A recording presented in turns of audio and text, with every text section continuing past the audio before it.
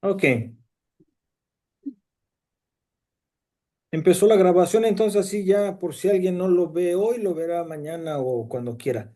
Lo importante es que lo chequen. Ok, entonces estaba sugiriéndoles que el texto de lo que vamos a tratar hoy, yo creo que ya se dieron cuenta que tanto en misa como en todas partes, para mí lo primero siempre es aclarar los términos. Cuando un término en una discusión no está claro, se hacen tonterías. Entonces yo prefiero siempre aclarar los términos antes que otra cosa. Entonces, voy al término aparición para poder hablar. No es lo mismo aparición que imagen. Miren, imágenes ha habido muchas de la Santísima Virgen María desde hace muchos siglos, pero no están referidas a apariciones, ¿eh? Están referidas a los cristianos que pensaron que era así o que algunos la conocieron tal vez o algunas cosas así.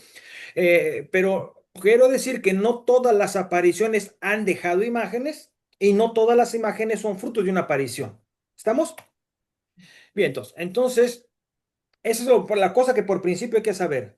Miren, ustedes pueden darse cuenta, esto que estoy diciendo, que las imágenes siempre han existido en relación a todo, no solo a nosotros, no solo a la Virgen, a Dios, a todo. Una, porque nosotros somos humanos, la constitución humana necesita las imágenes. Nosotros no conocemos nada, nada hay en nuestro intelecto, en nuestro corazón, en nuestra mente, en nuestra fe, que no haya pasado por lo sensible, ¿eh? Por una imagen. Nosotros necesitamos imágenes para conocer cualquier cosa. Eso es una cuestión de antropología filosófica elemental. Si quiere usted, por ejemplo, el concepto marciano. Si usted quiere entender el concepto marciano, tiene que hacer una imagen de algo, porque usted nunca lo ha visto. Entonces se lo puede imaginar con tres patas, con cinco patas, con dos cabezas, pero y sabe que son patas, sabe que son cabezas porque las ha visto. Hace usted aglomeración de imágenes, incluso de cosas que no existen. Piense usted, por ejemplo, en la idea Pegaso. ¿Quién ha visto un Pegaso? En la mitología griega hablaban de una persona pegada a un caballo. Eso, ¿quién lo ha visto? Pero se puede hacer la imagen de un Pegaso, junto lo humano con el caballo. Y me lo imagino con alas y también, ¿no? O sea, pero entonces yo no puedo tener la imagen, la idea de algo si no es por las imágenes. Eso es necesario. Y otra cosa, la revelación cristiana lo exige, porque citando el Evangelio, a Dios nadie lo ha visto jamás. Es el Hijo unigénito del Padre quien nos lo ha dado a conocer. O sea, a Dios no lo hemos visto. Pero entonces tienes un Jesús de Nazaret que dice que es como un padre. Como ya más o menos tenemos la idea de lo que es un papá, entonces más o menos tenemos la idea de Dios. Y luego ya hasta lo dibujamos con barba grandota y blanca, ¿no? O sea, nosotros tenemos necesidad de la revelación porque la revelación es un principio, por principio es histórico y por principio es físico. El hecho de que Jesús de Nazaret se haya hecho humano ha hecho que la religión cristiana pase por las imágenes. Que no se puede dibujar a Dios, que no debe haber imágenes, esas son estupideces, o sea. El pueblo de Israel tenía mucha esta idea y algunos creen en todavía que hay que seguirle con eso, pero es que incluso no podemos, porque todo lo que tenemos en la inteligencia proviene de una imagen. No hay concepto Dios, mundo, tierra, luna, átomo. ¿Quién ha visto el átomo? Pero tiene imagen del átomo. Sí, porque nos la dibujaron en un pizarrón y nos dijeron que eso era, pero nadie lo ha visto, hombre. Tal vez es así, más o menos sería así. ¿Quién ha visto el plutonio? El que lo vio, que le puso el nombre. Pero nadie más lo ha visto, ¿eh? Superman. Pero tenemos una idea más o menos, ¿no? De que puede ser así. Entonces, necesitamos imágenes. Y en la cuestión de la revelación más, porque la revelación nos autoriza a dibujar a Dios, a pintar a Dios. ¿Por qué? Porque Jesucristo habló de él en términos, de términos precisos y creó imágenes de él. Y él mismo, como nosotros lo confesamos siendo Dios, tuvo que haber sido más o menos como es la persona que vivía en ese tiempo con esas características de Galilea. Más o menos podemos tener eso. Ya si Franco Sefirelli quiere ponerlo güero con ojos azules es otro punto del cine, ¿no? Ese pues, se lo imaginó así, o este vampiresco reciente de Mel Gibson, que también lo hace un poco como si no fuera israelita y con harta sangre. Entonces, son sus imágenes. Pero es que es necesario una imagen para conocer las cosas. El problema es que a veces las imágenes no son correctas. Eso puede parecer, eso puede ser, eso puede ser.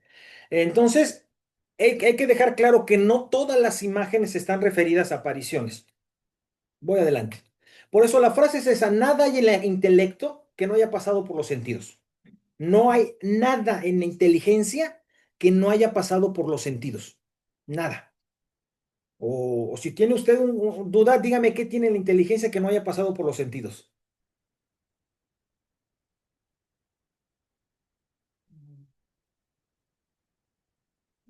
Les voy a poner una cosa que un filósofo se lo puso en el siglo cuarto antes de Cristo. Ese fue Pitágoras, el creador de las matemáticas. El uno,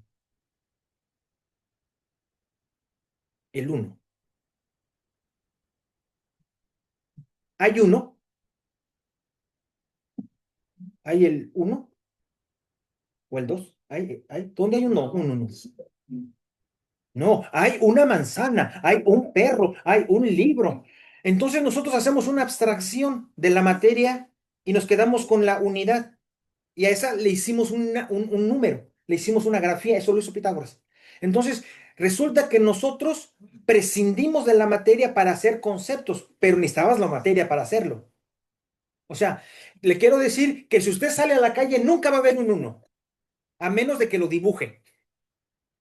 Pero usted va a ver un perro, un gato, un coche, y ese es el uno. O sea, la materia es necesaria, la imagen es necesaria, la materia es necesaria. No hay nada que tengamos en el intelecto que no provenga de la materia. No somos ángeles. Hay una cosa interesante, por ejemplo, ¿quién ha visto un triángulo?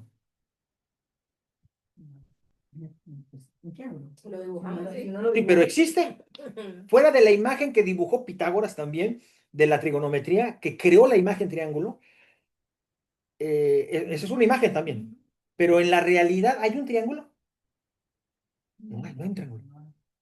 Usted puede imaginárselo, si de allí, como dicen aquí, ¿no? Que si hay cruz ahí en la iglesia, que si hay cruz, que si tú la ves en la madera allí, se ve una línea así y otra así. Ah, pues entonces allá hay otra, y hay otra, y allá hay otra, y todas partes, ¿no? O sea, ese es el punto, que nosotros necesitamos la materia. Nada hay en el entendimiento que no haya pasado por los sentidos y por lo tanto proviene de la materia.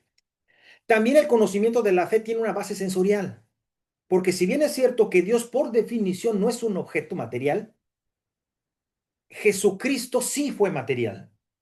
Él tuvo un cuerpo, se encarnó. Entonces, su encarnación no solamente nos permite, sino nos obliga a pensar en términos de materia. Es por eso que es estúpido no poner imágenes en las iglesias, porque la encarnación nos lo permite. O sea, no es que estemos dibujando a Dios. Estamos pensando en los santos que sí existieron, que tienen imágenes, que tienen formas, en Jesucristo que sí existió, que tiene formas materiales. Por eso es una aberración pretender que el ser humano conozca a alguien sin sensibilidad. Eso es tonto. No somos ángeles. El ser humano para conocer cualquier cosa necesita las imágenes, también para la fe. Por eso una iglesia que está blanca es una iglesia que no provoca fe. Porque, ¿qué ves? ¿Qué te imaginas? Una habitación vacía. Sabemos que entonces, más aún, miren, sabemos nosotros, incluso por antropología, que la imagen tiene más presencia que cualquiera de nuestros conceptos. Le voy a poner el ejemplo más claro. Miren, yo conocí a un padre que para mí fue mi padre después de mi papá, que él había viajado antiguamente a Roma, a otras partes, como todos los sacerdotes, y cuando yo vivía en Roma, una vez de regreso a Guanajuato, en México, estábamos platicando en la mesa y le dije, oiga, sí, sí, y me dijo, ¿tú dónde vives? Ah, mire, en la vía Perrona, en el número 4, es delante de la Chiesa Nova. Es una iglesia muy conocida en Roma. Y dice, ah, por allá hay una cantina bien buena, ¿verdad? A ver, déjame, me acuerdo. Se estaba acordando, y de repente dice, sí, Muffetano, se llama Muffetano, es el bigote, ¿no? El bigotín, ¿no? Le digo, sí, ¿y usted cómo sabe? Hace muchos años yo pasé por allí, me eché un trago y me gustó. O sea, ¿ves? La memoria sensorial fue mejor que la memoria intelectual. Es mejor que la memoria intelectual. Yo me acuerdo más de dónde he comido a gusto y sabroso, lo que he visto más bonito, la imagen más bonita que he visto. Me acuerdo más de muchas cosas que de muchas ideas que he leído. Claro, la memoria sensible es más poderosa, ¿eh? Es más poderosa que la memoria intelectual. Tan es así que las memorias intelectuales lo olvidamos. En cambio, las cosas que hemos vivido, que nos han dolido, que nos han pegado, que nos han cortado, que nos han sufrido, por eso dicen que no hay borracho que coma lumbre. Porque mira, podrás andar muy borracho, pero sabes que la lumbre quema. Eso sí no se te va a olvidar nunca porque de chiquito te quemaste o te quemaron. Entonces eso no se te va a olvidar nunca. Entonces necesitamos la imagen de tres manzanas para entender el tres. Sin algo tres, no sabes qué es tres. Sin algo tres no sabes qué es tres. Entonces, por eso hay una cosa muy importante que a veces olvidamos los católicos que vivimos ya en Alemania, que precisamente esto es lo que garantiza que las imágenes se conviertan en símbolos, algunas imágenes. Todas las imágenes son importantes y necesitamos imágenes siempre para conocer, para creer, para amar algo, necesitamos una imagen. Nadie ama algo que no existe. Nadie ama el amor. No. Tú amas a esta persona y amas eso que sientes con esta persona que le llamas amor, pero no amas el amor, no, amas una persona, amas un gato, amas un perro, amas un coche, amas lo que tú tengas que amar, pero entonces quiere decir esto que hay unas imágenes que son más poderosas que otras por la tradición que hay detrás. No es lo mismo, para mí, no es lo mismo la bandera de Estados Unidos a la bandera de México. Para mí ese símbolo, esa imagen de los Estados Unidos no solo me desagrada, sino que me hace sentir un imperialismo yanqui, etcétera.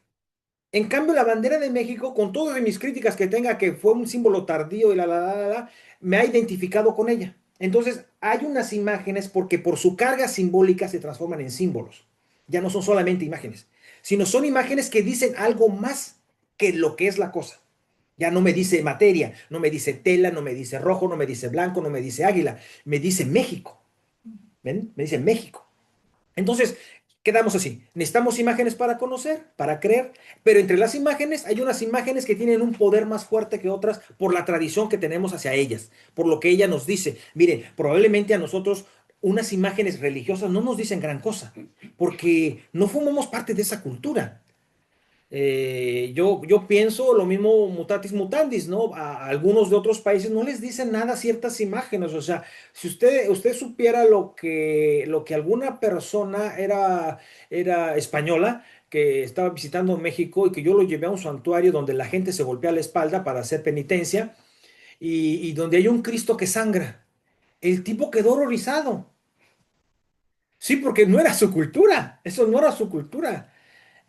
Para él, aunque sabía que por teología Jesucristo había sufrido, Jesucristo había sido crucificado, había sido clavado de una espada en el corazón, que había salido, el Evangelio dice, salió sangre y agua, y estos estaban representando la muerte de Jesús en una ciudad entre Guanajuato y Dolores Hidalgo, el santuario de Totonilco. Y vio eso y no entendió. Y mucha otra gente llora, se confiesa. ¿Por qué? Porque le da su tradición, eso es de su tradición. También los de Monterrey, yo creo que si fueran ahí se espantarían, porque son más del norte, ¿no? Entonces, miren, ¿verdad? No, ustedes se comían a la gente. Miren, por ejemplo, ahora va una cosa. Hay un dato que hay que saber. Para que nacieran las imágenes de la Santísima Virgen, estuvo precedido por oraciones. Es una cosa muy interesante. Tenemos oraciones más antiguas que cualquier imagen. O sea, ya la gente le rezaba a la Virgen. Ya la gente le rezaba, ¿eh? Y a lo mejor no le rezaba enfrente de una imagen. Hasta después vinieron las imágenes porque dijeron, por cierto, ¿verdad? Podemos poner una imagen. Y entonces pusieron una imagen. Pero hay oraciones anteriores a las imágenes. Seguramente ustedes que rezan mucho conocen una oración que está puesta en griego y que está usada desde el siglo III, pero que sabemos que se usó mucho antes, que forma parte de la liturgia copta ortodoxa, está en el rito de Navidad. Y esa oración ha pasado toda la historia de la iglesia y casi todo el mundo la reza. Y pocos saben que es si no la primera, la más primera de las más antiguas. Es un papiro viejo, conservado, de oceanírico, fue descubierto en Egipto y está más o menos del año 250. Pero antes de Constantino, fíjense, todavía Constantino no era el emperador que había unificado el imperio bajo la lógica del catolicismo. Todavía no existía. Este vino al año 321. Constantino no nacía y ya se rezaba esa oración. Este dato lo digo precisamente porque hoy es Día de la Santa Cruz.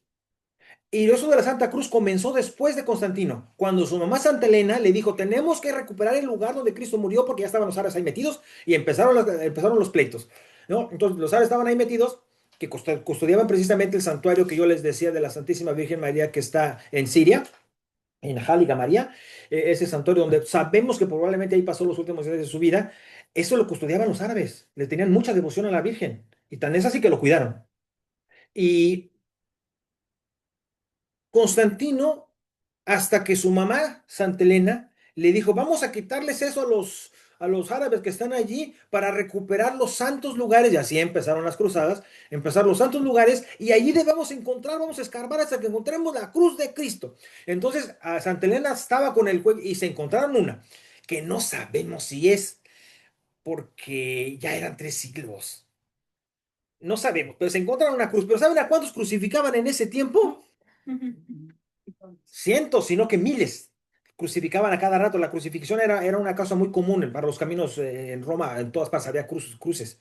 Entonces no sabemos si realmente era de Cristo. Y luego toda la gente que va se trae un cachito. Imagínense, si fuera la de cruz, ya hubiéramos sembrado un cerro de árboles. Si quien se trajo un cachito de la cruz, entonces ya habría no una, sino cientos de cruces. ¿Qué quiero decir? Que todavía no existía la devoción a la cruz cuando existía esta oración ya. Eso es un dato interesante, ¿eh? Eso es un dato interesante. Por eso el concilio de Nicea, ya después, en el 325, que fue este emperador Constantino quien lo convocó, en ese concilio se rezó la oración también. Es una oración que seguramente se la saben. Está en latín, aquí está en español. Bajo tu amparo nos acogemos, Santa Madre de Dios. No desprecies las oraciones que te dirigimos en nuestras necesidades, antes bien líbranos de todos los peligros. Oh Virgen gloriosa y bendita. Hasta allí. Fue el concilio que le puso, ruega por nosotros, Santa Madre de Dios, para que seamos dignos de alcanzar las misericordias divinas gracias. Fue el concilio que se lo puso. Pero la oración más antigua dice eso. Ahí está también en griego, por si quieren leerla en griego, ¿no? Hipotes uranita katagemenoi. Mira, ahí está la palabra teotoque, de Dios. Teotoque, Madre de Dios. Teotoque, Madre de Dios. De lo que estábamos hablando la vez pasada. Está llegando hasta alguien con un iPhone. Ok, entonces esa oración existía antes que cualquier imagen. ¿A qué le rezaban? Tenían una imagen, yo creo que la tenían en la cabeza, ¿eh? Porque algunos la habían conocido, otros se lo habían platicado a otros, no lo sabemos, pero lo cierto es que hay estas oraciones antes de imágenes. Entonces el proceso fue así, oraciones, imágenes, apariciones. Primero oraciones, luego imágenes, luego apariciones.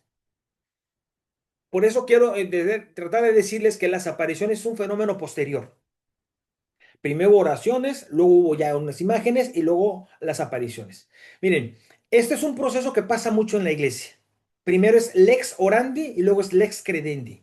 En la iglesia primero se reza, lex orandi, se ora, luego eso que se ora se cree. Le voy a decir un ejemplo. ¿Sabe cuántos siglos en la iglesia católica se le oraba a la Santísima Virgen María porque había sido asunta a los cielos? Desde el siglo cuarto. ¿Y sabe cuándo se hizo dogma? El siglo pasado, 1951. O sea, o sea, o sea, ya le rezaban a eso, ya la gente creía en la Asunción, como ya la gente creía en la virginidad y en muchas otras cosas. Entonces ya le rezaban a eso, pero hasta mucho después los papas dicen, pues hay que hacerlo dogma, ahora hay que hacerlo dogma. Eso es más o menos lo que pasa con las apariciones también. Las apariciones primero se calan en la fe, la gente le reza, la gente cree, la gente ora, entonces la iglesia se ve obligada a hacerla oficial. a reconocerlo oficial. Ahorita voy a poner las características y obligaciones para hacer una aparición oficial en la Iglesia Católica. Entonces, en la historia de la Iglesia es un fenómeno posterior a las apariciones y tienen mucho que ver con devociones anteriores que ya tenían oraciones y sobre todo con el acercamiento de las culturas. Miren, las apariciones son un fenómeno de la Edad Media, del siglo V al siglo XVI, fundamentalmente relacionado a que Roma movía el catolicismo para acá, para allá y para allá. En esos encuentros, o bien se sincretizaba alguna devoción que ya tenían con alguna divinidad. Hay una cosa que se las platico rápido, simplemente por cultura. No sé si ustedes han conocido la expresión las Tres Marías. Hay ciudades que se llaman así, pueblos que se llaman así. En la costa, en la costa de la costa sur de Francia hay un lugar que se llama las Tres Marías también. Y hay canciones Y hay también. una idea que dicen que sí, y los y bares y todo, sí. Pero esas son las mexicanas, ¿eh? María esta, María cuál, son otras que... De Málaga. Hay nada, Sí, y hay una historia que es franco-jerusalitana de que las tres Marías del Evangelio llegaron en barca a esa región que se llama hoy Tres Marías y tienen un santuario grandísimo y entonces, o sea, como que estas apariciones empezaron a surgir con ciertas ideas históricas de cómo las encontraron, de cómo llegaron. Yo les voy a platicar ahorita la mejor de todas, la más conocida, porque es la más antigua de las que nosotros conocemos. Pero es interesante saber eso, ¿no? O sea, es que cuando Roma empezó a extender el cristianismo católico por todo el orbe, y no se diga después que España llegó a América, entonces aquellas culturas ya tenían ciertas divinidades o ciertas mujeres diosas y empezaban como a mezclar. Y después se dio otro fenómeno, el fenómeno de que a ver qué reino tiene la mejor. Entonces se dieron dos fenómenos. El fenómeno de a ver quién tiene la mejor aparición. Aquí se apareció este santo, aquí se apareció la Virgen, aquí se apareció el mismísimo Dios, aquí San José hizo la escalera, San José hizo la escalera. Esta historia yo la conozco en 5 o 6 países diferentes, ¿eh? De una escalera que nadie sabe quién hizo, que está muy difícil de hacer, y que un carpintero que llegó con sus y que dicen que era San José, la hizo. De esas yo conozco por lo menos 3 en México, 2 en España, una en Francia y no sé más. Entonces, entonces bueno, pues está bien. Y a ese fenómeno se le pegó otro. A ver quién tiene la mejor reliquia. Entonces Roma ganó, yo tengo la Santa Cruz. Yo tengo el vaso de Cristo, ¿no? Donde Cristo goteó la sangre, yo lo tengo, el Santo Grial, ¿no? Y ahí va el otro, y ahí va el otro, yo tengo los Reyes Magos. Ay, los alemanes. Esos salieron, tío. Los tres Reyes Magos, todos sabemos que es un género literario, que no son ni tres, ni son magos. Son unos reyes venidos de Oriente, no dice tres, nada más que como hay tres regalos, piensan que eran tres. Se sacó. Pero la historia es española, ¿eh? La historia es española. La historia es española. Hay una tesis doctoral que yo tengo el libro, incluso porque me lo regalaron cuando yo estaba en Salamanca, que presentó a alguien sobre el origen de la devoción a los tres Reyes Magos y de cómo han ido cambiando los nombres y cómo han sido adaptándose a través de la historia. Y aquí tienen los cuerpos en Colonia. Bueno, vamos a decir que sí. En Colonia, la catedral están los Los cuartos. alemanes tienen a los tres reyes magos. Ellos dicen, está bien, algo tienen. Y entonces así pasó, no, mire, yo tenía una abuelita, que además murió señorita, y tuvo 24 hijos, en 2 camadas. Y era señorita porque enterró a su segundo marido y todavía vivió 30 años sola, sin marido. Entonces, ella decía que tenía una reliquia muy valiosa, la pluma del Ave María. Tenía una pluma del Ave María. Se llama María. Es que no hay. Ave es hola, ave es hola. No, ave es hola. O sea, ¿sabes? O sea, llegó ese, a ver quién tiene la mejor reliquia. Entonces, sí, se hizo una voladera de reliquias y una inventadera de reliquias en la Edad Media que lo tuvieron que parar esa masacre. Miren, esta es la imagen más antigua que podemos suponer que es de la Virgen. Esta es la imagen más antigua de la que podríamos suponer que es la más antigua. Y eso está en la piedra. Está pintado como rupestre, ¿no? ¿Dónde estaba todo eso? Esto está ¿cómo se llama? En Duras Europos, en Siria. Esto está en Siria. Es la imagen más antigua que se conoce de una imagen de la Virgen María. Y está Jesús o está una persona que sería José y ella con el bebé, ¿no? O sea, eso es lo más antiguo que tenemos y que suponemos tuvo que ver, tuvo que ver es del siglo segundo. Por eso algunos dicen, a lo mejor es la samaritana. No, pero lleva el bebé. Y eso es lo que quita el otro, entonces dicen, no, no es la anunciación. Entonces, más bien se ha aceptado que es la anunciación, que este sería el ángel y la anunciación realizada o José, no sabemos. Para que vean que los ángeles nunca han tenido alas, Aparte ¿eh? sería como la Sagrada Familia ahí, porque Más o menos sería la sí, porque sincronización. también hay hay una especie de o sol o estrella aquí. Entonces, sí, sí da más como para eso. Esta es la más antigua que nosotros conocemos. Hay una que es antigua en Roma del siglo cuarto, este es del siglo cuarto romano, que consideramos también muy antigua, está una estela. Es del siglo tercero, la Virgen y los Reyes Magos. Porque está muy, ven, todavía no hay color. Ven, todavía son líneas. No, no.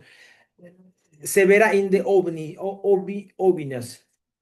La verdad está en todas partes, ¿no?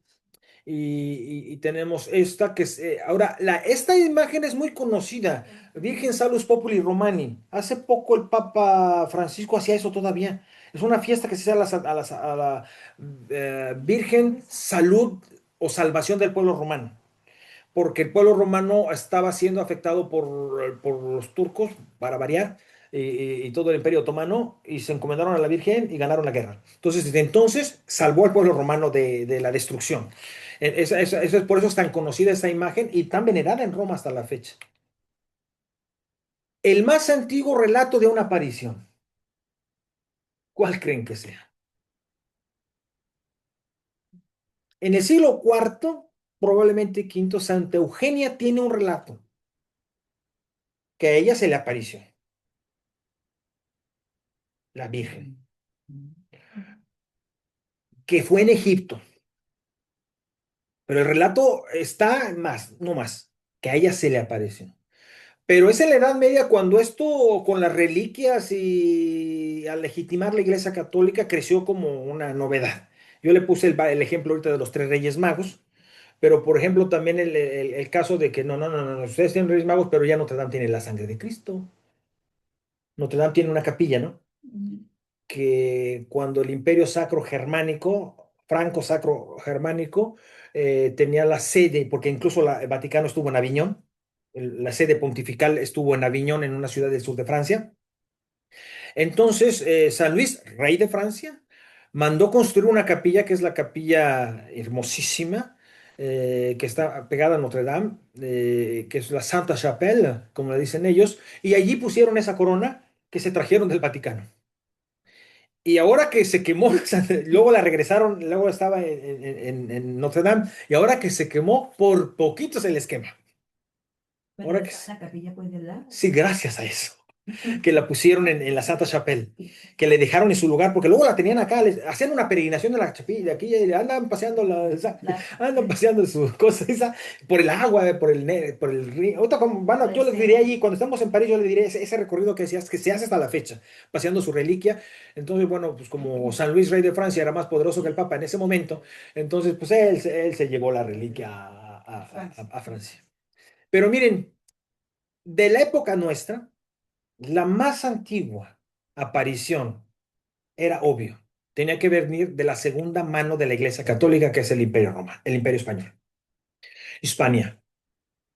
Claro, eso es curioso, ¿eh? Pero por fenómeno de apariciones, constatable, por antiguo, el primero es el Pilar. Primero es el Pilar. que está vinculado a una historia que yo no sé si ustedes la conocen, la Virgen del Pilar, que es una cosita chiquita, y no se creen que es grande, el Pilar es el que es grande. Sí, exacto. Centímetros nomás. Es pequeño. Una cosa pequeña, Centímetros, una cosa así. Sí, sí. Ah, No, sí, no, pero sí. lo que le ponen es lo grande. Lo que le ponen es el pilar, porque aquí hay de todo, miren, aquí hay de todo. Yo se lo digo rápido porque está en medio de la fábula, del mito, que no es falso, pero hay que entender el significado. Que un fulano llegara desde Jerusalén, porque él era el discípulo que se quedó en Jerusalén, Santiago. Llegar a ese lugar por un camino, el camino de Santiago, a esa parte de Galicia en donde hoy sabemos que está hasta la fecha el cuerpo de Santiago, el apóstol del Señor, que se conociera tan importante. Ese fenómeno se unió muchísimo a este otro, porque estaban perdiendo la guerra contra los, obviamente, como siempre, contra los árabes, contra los musulmanes, contra los matamoros. Ellos eran los matamoros, porque los moros había que matarlos, porque no son católicos y no creen en la Virgen y no las robaron. Entonces se robaban las vírgenes o las escondían. Ya tenían imágenes por todas partes las personas, pero no eran apariciones, eran imágenes que había hecho el Señor que hace imágenes. No, no eran apariciones, pero algunas eran muy bonitas, otras. Entonces, cuando había este problema de que llegaban los moros a quemar cosas y lo que hacían era meterlas en la tierra o esconderlas por ahí. Y luego, después de siglos, se las hallaban. Aparición, aparición. A ver, vámonos con calma, vámonos con calma. Allí sí no, allí sí no. Pero esta imagen del pilar más o menos tiene una situación así, por eso es morena. Y muchas de las morenas están vinculadas precisamente a los moros. Miren, la imagen más antigua de María Magdalena es una mujer negra. Es una mujer negra. Y en un libro de esta mujer, que es de lo mejor que yo he leído al respecto, esta mujer, Ivanova Wright, inglesa, esta mujer escribió un libro que se llama La diosa prohibida del cristianismo, Santa María Magdalena. Y recorren más o menos como esa imagen de esa mujer es más bien como la diosa Tutnesis egipcia que se metió al cristianismo y que luego tomó rostro de una mujer y que luego fue desarrollándose y está enterrada en París, en la Magdalena. Esa no sé si ustedes vieron la película o leyeron el libro, malhechote el libro, pero bueno, ahí tiene un dato interesante no, del Código Da Vinci, cuyo robo o accidente sucede debajo del Palacio del Louvre. Pero para llegar al Palacio del Louvre entra por una iglesia, esa es la iglesia de la Magdalena. Esa es la iglesia de la Magdalena. Y ahí se supone que allí y en otra iglesia que está en el centro de Francia está o el cuerpo o lo que queda del cuerpo. Entonces, y lo relacionan con lo moreno. Hay que entender que estamos en el siglo XVI, en el siglo XV-XVI, cuando se está descubriendo que existe gente morena. Cuando eso es una novedad, ¿eh? Bueno, pero los israelitas no eran así como el tipo, no son como el tipo de color de nosotros, ¿de piel? No, son morenos, son morenos. Son como ¿Mande? ¿Quién? nosotros. ¿Quién? Los israelitas. Ah, no, sí, pero por eso digo yo que es una cosa que se brincó de Israel Ah, y que entró más bien al cristianismo por alguna razón a través de la historia hicieron, no sabemos cómo fue María Magdalena, pero a través de la historia le pusieron esa cara, le pusieron morena. Y usted puede ver imágenes de María Magdalena y le la ponen morena. Y luego la Virgen de Guadalupe es morena.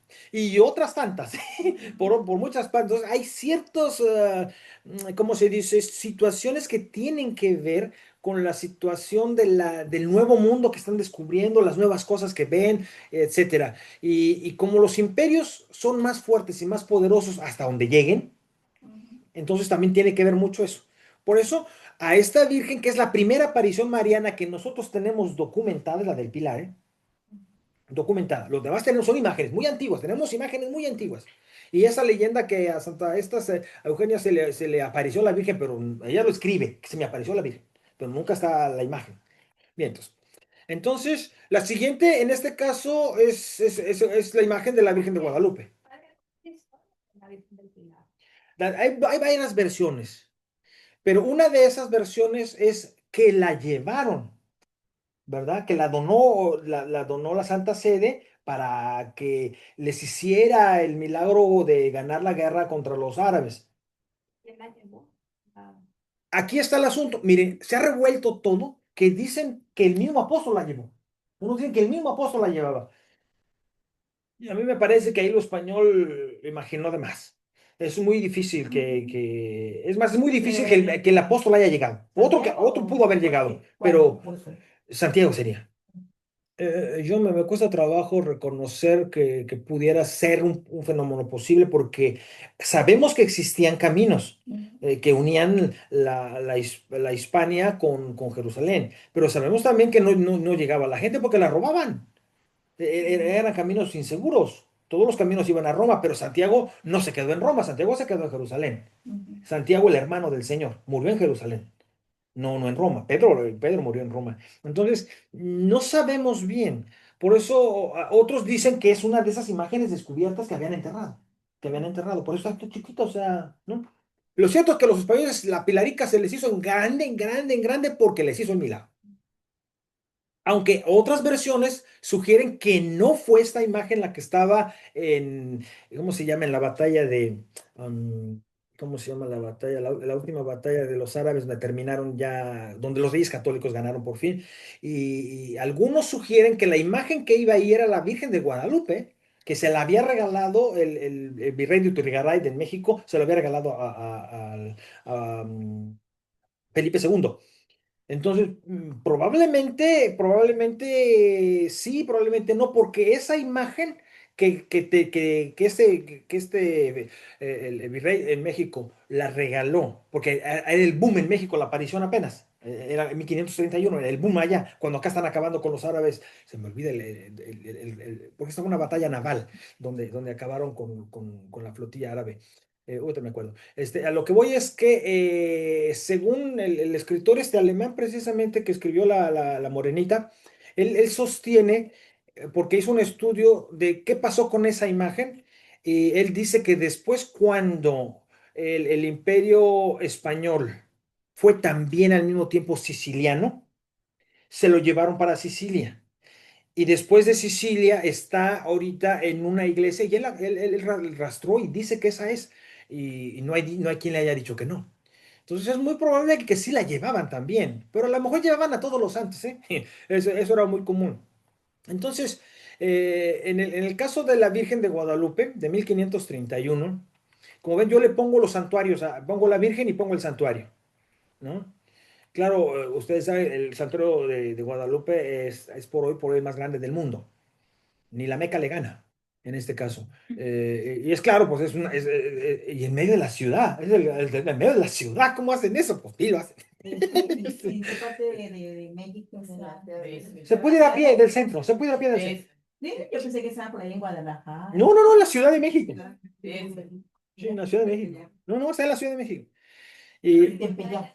Pero el Tempeya es un corregimiento, es un pueblo. no, fue cuando El Juan Tempeya, Diego, en esa época, el allá Tempeya. en ese tiempo, cuando el cerro del Tepeyac estaba en la orilla. No, pero México creció hacia allá. México creció hacia allá. Y hay una calzada, la calzada de Guadalupe, que se llama México Tepeyac. de hecho, la batalla de Lepanto. Ahí es la batalla de Lepanto, esa es la que me quería contar. La batalla de Lepanto. Ah, has buscado por internet. Lo digo. Entonces, bueno, esta es una historia ya haremos cuando hagamos una procesión, una peregrinación a México, a la villa, entonces hablamos el caso de la aparición de la Virgen de Mexicana. Pero hay una cosa muy importante, miren, hay que distinguir entre aparición y encuentro. El caso Guadalupe, que no es Guadalupe de Extremadura, porque Guadalupe de Extremadura es un bulto. Esta es una pintura, este es un lienzo. No sabemos si es pintura, es un lienzo. Entonces, de entrada, no es lo mismo. La de Guadalupe de Extremadura sí fue encontrada porque la dejaron por ahí en un río de aguas puercas. Eso es lo que quiere decir Guadalupe en árabe, en realidad, ¿no? Río de agua puerca. Sí, en árabe. ¿verdad? Por eso los mexicanos pudieron haber oído que hablaban de eso, porque eran muy devotos y muchos eran de Extremadura, ¿eh? Los que iban a México, y eran muy devotos de esa. Entonces hablaban de ella, hablaban de ella, hablaban. Lo cierto es que ella no se llamaba Guadalupe hasta mucho después. Su nombre, por lo menos 300 años, a esta imagen se le conoció como Santa María Tonantzin, nuestra Madrecita María. Fue mucho después cuando le pusieron Guadalupe, cuando el gobierno se estableció y los criollos españoles pusieron la constitución, hicieron la primera bandera que fue esa, de México. Precisamente fue la primera bandera de México. Entonces, porque cuando se terminó el proceso de independencia, que fue en 1823, o sea, fueron 12 años de guerra, fue la guerra de secesión más que de independencia. En ese momento, los criollos peninsulares, o sea, los que venían de España, pero no habían nacido en México, se pelearon contra los criollos de México. De esos era Hidalgo, de esos era Morelos, de esos eran los que empezaron, porque estaban perdiendo privilegios, porque los peninsulares estaban quedando con todo y crearon un tercer real. El rey antiguo tenía el quinto real, esos crearon un tercer real, o sea, el 30% de las ganancias. Entonces estaban perdiendo los que tenían acá. Entonces, entre ellos hubo inconformidades y en realidad, cuando México se independizó, no se independizó México, México no existía, México existió hasta mucho después. Se independizó la Nueva España. Porque la Nueva España, como otras virreinatos, como el virreinato de Galicia, como el virreinato de Nueva Granada, como el virreinato del Perú, dijeron nosotros, pues ya nos separamos porque el rey de España estaba hecho prisionero, porque el Pepe Botellas, el José Bonaparte, sobrino de Bonaparte, había sido nombrado emperador de España y tenía preso a Felipe II. Entonces no había gobierno en España. Entonces dijeron los de acá, pues vamos a hacer la junta. Hicieron la Junta de Galicia, la Junta de Sevilla, México hizo a su junta y se separaron. Ese fue el proceso. Ese fue un proceso de separación, más que de independencia. No se independizaron de nada, estaban separando. Es lo que querían hacer. Porque eran reinos que tenían su rey. Que cuando eran un imperio, el rey era de España y los otros eran virreyes. Pero luego no hay rey, pues hoy somos reyes. Y el virrey que Utigaray, México, se hizo el rey. Entonces, bueno, y luego hasta un obispo fue también, y en total, con eso quiero decir que esto es un fenómeno más que de aparición de encuentro, ¿eh? Digo, hay que detectar esos fenómenos, porque una imagen como la de Guadalupe, con todo y un relato que haya de una aparición, habla mucho más de la comprensión de una cultura que no tenían los españoles y que tampoco tenían los indígenas, que estaban haciendo un nuevo pueblo. Más que eso habla. Y eso se verá. La siguiente es Fátima, ¿eh? La siguiente es Fátima. La siguiente aparición es Fátima, como ustedes saben, esa ya es de 1800. No, de 1917, perdón. La de 800 es la de Lourdes. 1917, esta es la última. Bueno, la última conocidísima, porque luego viene Medjugorje. Y luego hay una en África, hay una nueva, no, no, no, no, uy, no me gusta ver. Mire, este es Lourdes, ¿no? Pero por obvias razones, yo no voy a hablar de Lourdes porque de hoy en 8, no, de hoy en 15, de hoy en 8, no, de hoy en 8. Es el último y me voy a dedicar a Lourdes solamente, ¿verdad? Por eso de Lourdes ahorita no, ya no les pongo el dato, es 1858. Ok, voy a lo importante. Esto es ¿cómo se llama? El surgimiento histórico de las cosas. Ahora vamos a la teología de esto. Miren, hay una constante muy clara en la fe, que es la siguiente. Lo que ya hablé, es la revancha de lo femenino simbólico. Casi siempre pasa en momentos en donde una cultura que sí tiene una tradición de diosas, le presta algo a una cultura que es extremadamente patriarcal como el judio-cristianismo y aparece un símbolo de mujer. O sea, eso es muy típico. Eso es muy típico. Cualquiera de estas imágenes, si ustedes la aprovechan desde atrás, verán que se ve claramente que hay una tendencia muy fuerte de que también así nosotros tenemos diosas. No solo dioses, también tenemos diosas. Entonces, como que se apropian a María para eso. Otra cosa, es precisamente en un momento en que se está buscando la identidad. Por eso México, está naciendo México. México no existe todavía como país. Está en una guerra. No sabe lo que están haciendo y están tratando de acomodarse los que ya están allí viviendo, los que llegaron de otro lado, porque, por ejemplo, para ser estrictos, en el caso de México, México no fue conquistado por Hernán Cortés. Hernán Cortés solamente asaltó Tenochtitlán. Los que conquistaron México fueron los tepaltecas, los ochimicas, los tepehuanes, los tlaxcaltecas, todos los que estaban alrededor que dijeron ya que se los amolaron, ahora vamos nosotros. Sí, así fue realmente. Y entonces ellos fueron los que pactaron con los españoles y entonces se pusieron de acuerdo. Entonces los españoles pues, le decían a los tepehuanes, por ejemplo, los tlaxcaltecas, váyanse a Monterrey, allá, váyanse para el cerro, arriba, allá, conquisten allá, y van a conquistar. Es lo más chistoso. Ustedes pueden ver que incluso en los relatos más antiguos de la independencia de México, los que iban por delante eran los indios y gritando ¡Viva Fernando VII! Sí, Como si lo pues, conocieran querían de verdad. pero querían recuperar el reino porque se la pasaban bien, ¿eh? Tenían 300 años en muy buenas condiciones. Cuando México formaba parte del imperio, era más rico que hoy. Ahí están las casas antiguas. Ahí están las casas españolas, están las casas... O sea, México tenía mucho, mucho más dinero que el que tiene hoy.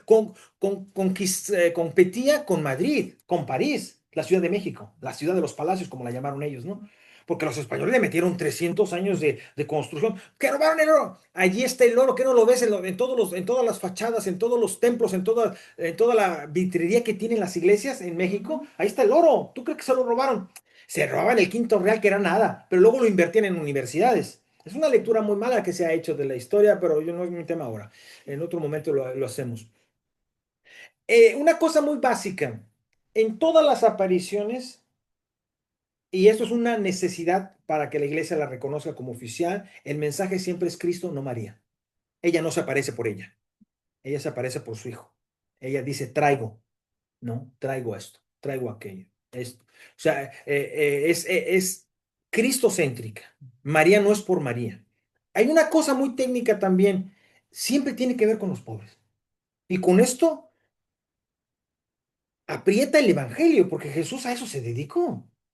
Bienaventurados los pobres. Jesús se dedicó por los pobres. Entonces, casi todas las apariciones están vinculadas al fenómeno de los pobres.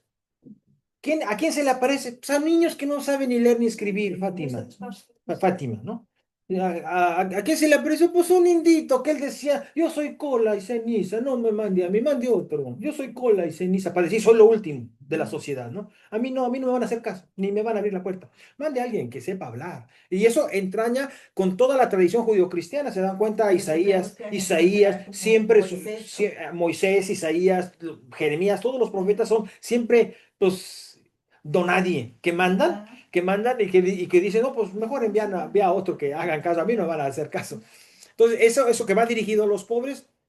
Y lo otro que es muy importante, la aparición no es un espectáculo, no es para que vean y, wow, selfie. No, no, no. La aparición es para formar enviados, apóstoles. En griego, apóstol es enviado. Los envía a. Los envía. Siempre ellos tienen un mensaje que tú tienes que darles. Quiero una casa aquí, ¿no?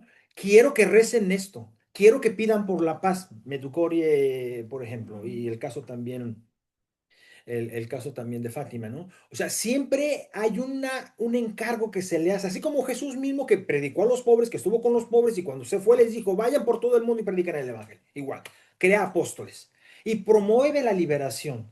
María casi siempre en todas sus apariciones, en estas y en las otras que se han reconocido o no, es normalmente una promotora de la liberación. O sea, promover a Juan Diego en el caso de la Virgen María o en el caso de las tres pastorcitas era promover un estatus social de los pobres. Era decir, María escoge los pobres para que sean liberados, porque normalmente siempre están en una situación difícil. Última cosa. Por eso, ya dado todo esto, hay que decir que para que haya un reconocimiento canónico de la credibilidad de una aparición en la Iglesia Católica Romana, se requieren las siguientes condiciones. Una, base histórica, aunque no objetal. Por lo menos que haya una base histórica, aunque no haya algo totalmente objetal. ¿Qué quiere decir esto? Mm, hay cosas que no pueden ser rastreadas en la historia y en la arqueología porque son muy viejas, pero hay una tradición que viene hablando de ellas. Entonces algo pasó, algo hubo. ¿no? O sea, nosotros no sabemos, por ejemplo, para hablarles del Evangelio, no sabemos exactamente si ese pasaje donde dicen que Jesús estaba haciendo algo y que su mamá y sus hermanos fueron por él porque creían que se había vuelto loco. Dices tú, ¿dónde pasó? ¿A qué horas pasó? ¿Quién lo dijo? ¿Quién lo vio? ¿Cómo hacemos historia de eso? Pues no, no se puede objetarle, pero hay una tradición que lo tiene. ¿Y por qué hay que respetarla? Porque mire, esa tradición va en contra de nosotros. Si no lo hubiera, si la conservamos es porque pasó. Es lo que se llama explicación necesaria. Porque mire, si hubiéramos sido verdaderamente en contra de ello, lo hubiéramos quitado. Porque eso que le digan que Jesús está volviendo loco no nos convenía, ¿eh? Ya lo hubieran quitado hace mucho tiempo, los mismos traductores, los compiladores de la Biblia lo hubieran quitado, porque no nos convenía que dijeran que Jesús estaba loco, pero eso quedó allí. La explicación que es necesaria es que, porque como ya era de dominio público el asunto, entonces no lo podían no poner. Entonces pasó. Entonces tiene que haber una base histórica, o sea, no pueden decir, se la inventaron, no, o sea, a lo mejor no podemos regresar el tiempo, porque no se puede, no podremos regresar el tiempo y no podemos regresar a la aparición misma. Pero si hay una tradición de hechos y de elementos históricos que tengan una base histórica para poderla, si no probar, por lo menos sí demostrar como verdadera, o sea, el caso, por ejemplo, yo regreso otra vez a la casa, al caso de la yate de Juan Diego, es que ya no existiría la imagen. Si no hubiese sido verdadera, ya se hubiera podido, hombre, por las condiciones que tiene la Ciudad de México, ya se hubiera podido de entrada. Ya lo hubieran descuidado, ya lo hubieran vendido y casi estuvieron a punto una vez. Ya hubieran hecho algo con ella, o sea, pero hay una capacidad de certeza de que es la verdadera que a mí no me la toca nadie. Eso está claro. Es el pueblo el que la conservó realmente. Vieran ustedes cuando fue la guerra de sucesión de los templos, 1923-1926, hubo una persecución religiosa en México. Es el único santuario que no se fue profanado. Es más, ni los que estaban haciendo esa matanza de curas, quemadera de iglesias, destrucción de templos, destrucción de imágenes, ni ellos se tuvieron a tocar esa imagen. Tocaron todas las otras, ¿eh? Y quemaron muchas y mataron muchos curas y obispos y todo. Y eso no. Por eso, esa base histórica por lo menos tiene que ser certera, y es por eso que lo primero que se abre con una aparición es un estudio histórico. Luego viene, tiene que estar subordinada al misterio de Cristo. Es el punto de hace rato, ¿no? O sea, una aparición no es por María, es por Cristo.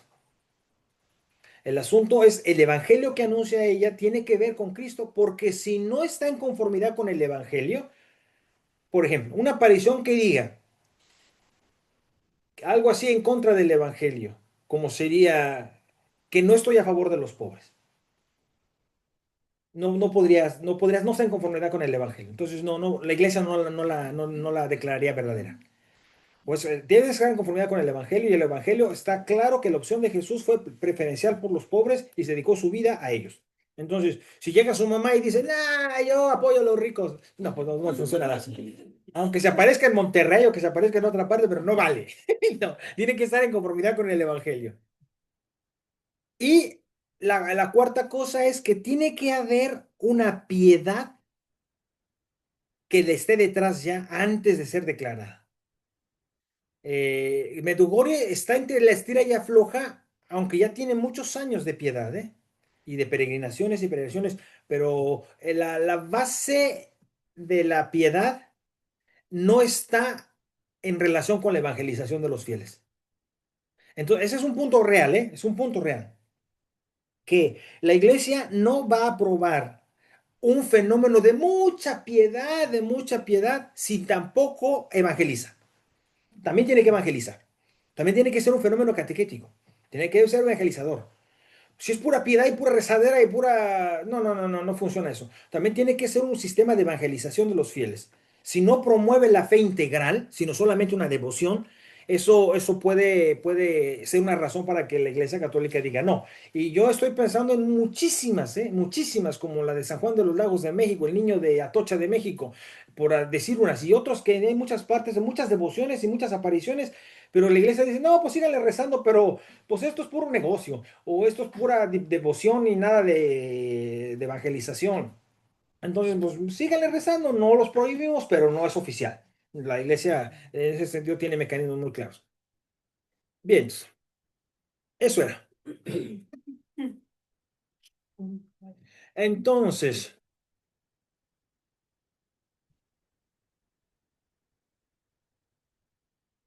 ¿todo bien? Milagros, milagros. Allá también hacen milagros, mira. Y de a dos. Dice milagros, milagros. Bueno, quedó así. Entonces, en 8 días nos vemos para la siguiente, que es la última. Y en 8 días les entrego los boletos, porque ya hay boletos de tren. Ya hay boletos de Y tren. las camisetas. Hay las camisetas también. Boletos de Oh, tren y camisetas. Muy presencial. Y por eso yo sugiero que entonces en 8 días lo hagamos aquí. Y yo sé, yo reservo la sala del Gemeindezentrum y nos traemos algo y aquí compartimos y comemos. Comemos o compartimos y detallamos el proceso de la peregrinación paso por paso con el programa y el esquema y todo. ¿Sale? ¿Y están numerados los boletos del tren? ¿Mm? O sea, ¿nos vamos a sentar juntos? Sí, el vagón 18 es de nosotros. Perfecto. No, no completo, un vagón tiene 70 personas. Ponemos cortinas y hacemos. Y mira, y cuando dijimos que íbamos en el 18, lo primero que se le ocurrió a Lorena dijo, está al lado del bar. Besito. En el lado del bar para tomar café. Sí, claro. A las 6:52 de la mañana salimos, eso ahora nadie toma. Está prohibido. No, los polacos y los rusos sí toman fuerte en la mañana. Ellos sí toman su vodka fuerte. Ya los mineros en México también. Bueno, quedamos en eso. Gracias, Eduardo. Gracias, Milagros. Y confirma el domingo. No.